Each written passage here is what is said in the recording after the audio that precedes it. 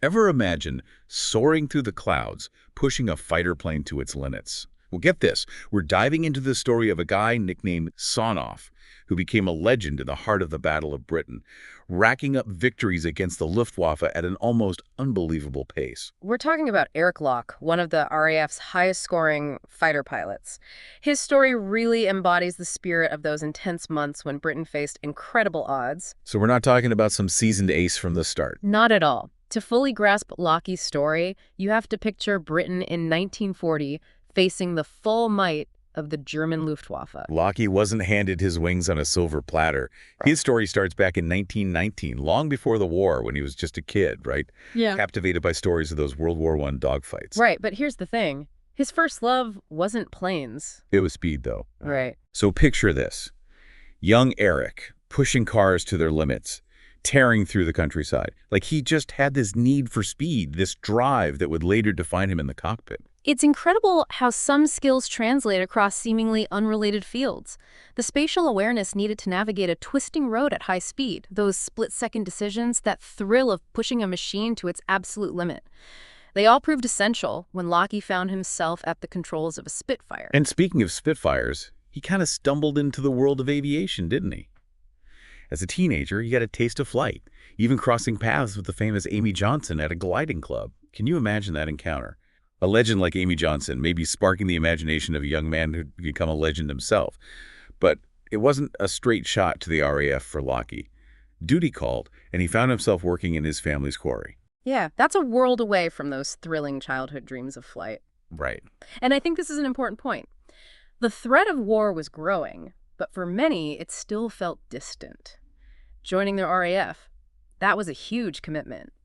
So Lockie's path, starting with more grounded pursuits, it makes his eventual leap to the skies even more powerful. And then history takes a dramatic turn. Nazi Germany's aggression escalated, and suddenly, I'm guessing that quarry lost its appeal. Yeah. Our sources indicate it was down to a choice, the RAF or the infantry. And knowing how devastating the trenches were in World War I, you can't blame him for choosing to fight his battles in the clouds. It really makes you think about the weight of those decisions. Lockie wasn't just choosing a career path. He was choosing how he might fight and potentially die for his country. And that nickname, Sawn-Off, I'm guessing it wasn't just because he was, vertically challenged. So, right, there's a story there. Exactly. It wasn't just about his height. Sawn-Off actually said a lot about his fighting spirit. Think about it. A sawed-off shotgun. Compact, but it packs a serious punch, right? Yeah. It kind of perfectly captured Lockie's ability to take on opponents who underestimated him, to make a huge impact despite his size. So he trades in, his quarry boots for a Spitfire cockpit. Yeah. Did it take him long to find his footing up in the air? Not at all. Lockie's training was, intense, to say the least, a crash course in aerial combat. And then, in August of 1940, he found himself right in the thick of it. Wow. Imagine this. Lockie's flying his first combat mission, and he spots a group of German Bf 110s. Okay, so these weren't just any planes. No, these were the Luftwaffe's pride and joy. The Bf 110 was a powerful, heavily armed fighter. Seeing them this deep into British airspace meant that they were confident, cocky even. It was a direct challenge to the RAF. So what happens? Lockie rises to the challenge. Oh, absolutely. It's almost like something out of a movie. Lockie picks out one of these Bf 110s and gives chase, pushing his Spitfire to the limit. He chases this thing from 20,000 feet all the way down to 5,000. That's a dizzying descent. It is. He scores a direct hit on the engine, sending that Bf 110 spiraling towards the Earth. Wait, hold on. He downs an enemy plane in his first dogfight. First one. And get this, he doesn't stop there. He immediately sets his sights on a Junkers Ju-88 bomber and takes that one down too. 2 victories in a single sortie. Come on. A lot of pilots went their entire careers without a single kill, right?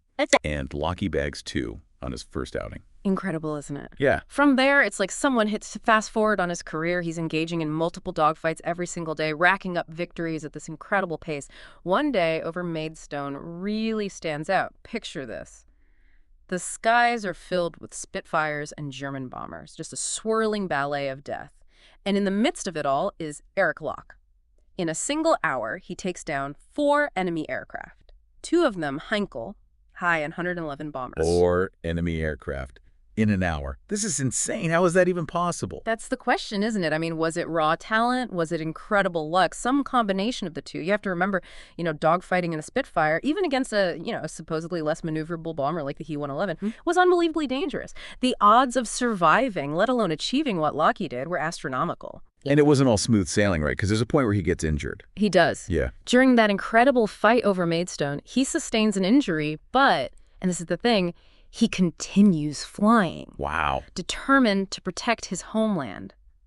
It really highlights the mental and physical fortitude of these pilots. I mean, they were pushing themselves and their machines to the absolute limit day after day. So he's this incredible fighter pilot pushing himself to the edge, but then there's this other side to him. There's this incident where, after downing a Messerschmitt Bruff 109, he spots the German crew in the English Channel, struggling to stay afloat. Yeah. And he doesn't just fly on, right?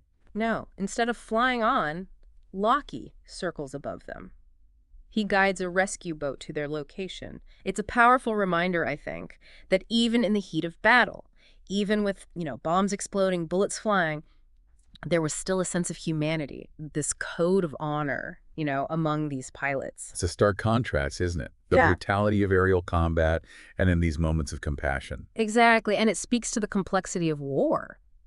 These men were fighting for their lives, for their countries, but they also recognized the shared humanity on both sides. It's a side of the story we don't often hear. So where do we go from here? Because Lockie's a decorated pilot, a hero, but I have a feeling this story takes another turn. It does. By the end of September 1940, Lockie's a national hero. He's racked up over 20 victories, has a chest full of medals. I mean, you'd think they'd pull him back, right? Maybe have him train new pilots. Why risk, such a valuable asset? And that's what makes Lockie so fascinating. I mean, he could have easily rested on his laurels, enjoyed the accolades. Yeah. But everything points to this burning desire to keep fighting, to protect his country from the Luftwaffe, even after, he gets wounded again, this time seriously. As soon as he's cleared for duty, he's back up in the air. He sounds fearless, like almost invincible. And that's what makes what happens next so hard to comprehend. It's August 1941, just a year after his, meteoric rise to fame. Right. Lockie's leading a squadron on a patrol over France. They're on their way back, and he spots a German ground column and decides to attack. This is it, isn't it? This is where the story takes that tragic turn. It is. Lockie dives into the attack, and then that vanishes. Oh, without a trace. No. Neither Lockie nor his Spitfire were ever found. Wow. There are theories, of course. Yeah? Some speculate he was shot down by ground fire. Others think it was a mechanical failure. Right. There's even the possibility he was captured alive. So many possibilities, but no real answers. No. It's like the sky simply swallowed him up after all he'd been through, all those dogfights, those close calls. It's hard to believe his story ends so abruptly. Yeah. With so little closure. It is a difficult thing to process, even after all these years. Here's a man who faced incredible odds, sheeted death time and time again, only to disappear into the fog of war. It's a stark reminder that for all the records, all the eyewitness accounts, some mysteries from that era will always remain unsolved. Sawn-Off Lockie. Yeah. This force of nature in the cockpit ultimately becomes a symbol of the human cost of war. Yeah. A reminder that behind the statistics, the grand narratives, are individual stories, often cut short, lost to the uncertainty of conflict. And that's why we delve into these stories, isn't it? Yeah. Eric Locke's experience, while extraordinary, is just one of many.